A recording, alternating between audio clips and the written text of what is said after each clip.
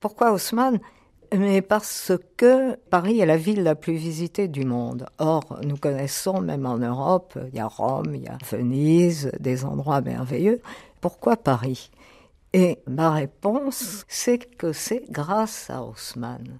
Haussmann s'est conduit non seulement en urbaniste plus moderne que les urbanistes actuels, mais il s'est conduit véritablement en anthropologue. Et les gens ne pensent que aux descriptions qui ont été faites par les Français hostiles, les gens de gauche lui attribuent l'idée d'avoir voulu faire de larges avenues pour pouvoir foncer sur les manifestants, et les gens de droite l'accusent d'avoir détruit la capitale sans penser à ce qu'il a fait de véritablement positif et de fabuleusement démocratique.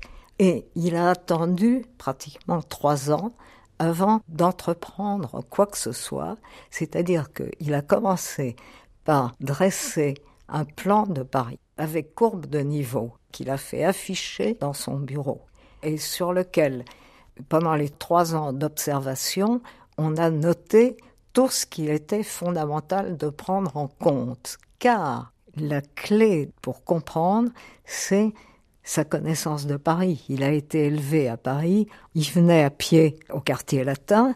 Pour lui, Paris, c'était sa ville. Et donc, il n'avait qu'une idée, c'était qu'elle soit la plus belle ville d'Europe. Et il a révisé une partie des tracés des grandes artères. Elles étaient absolument nécessaires, étant donné l'invention du chemin de fer, et que ça n'était plus possible que Paris soit complètement isolé. Il a fallu faire quelque chose qui permette la traversée de part en part avec les premiers omnibus. Enfin, tout ce type de choses nécessitait une métamorphose. Une des choses, moi, qui m'a le plus ébloui, c'est de voir que sur toutes les grandes artères, chaque fois qu'il y avait une maison qui était gardable, il la gardait. Et vous avez ça dans tous les quartiers. Et ici, simplement, entre Saint-Germain-des-Prés et la rue du Bac, vous en avez une bonne dizaine. De même qu'il a gardé des petites rues entières. Et en même temps, il s'était rendu compte de tous les problèmes que posait l'insalubrité parisienne. Car ce qu'il faut voir, c'est qu'à l'époque, les Parisiens buvaient l'eau de la Seine. Eh bien, il a décidé que on allait faire comme à Rome, apporter de l'eau propre qui ne fût pas de l'eau de la Seine.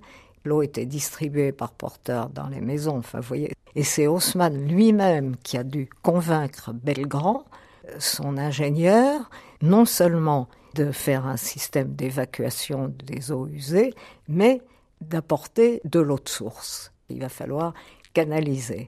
Et alors là, c'est une chose sur le plan de la démocratie qui est admirable, c'est qu'il a été prévu d'apporter ça pour la population entière, tous les immeubles, sans distinction de classe ni de quoi que ce soit. Ça a été pour tous les Parisiens.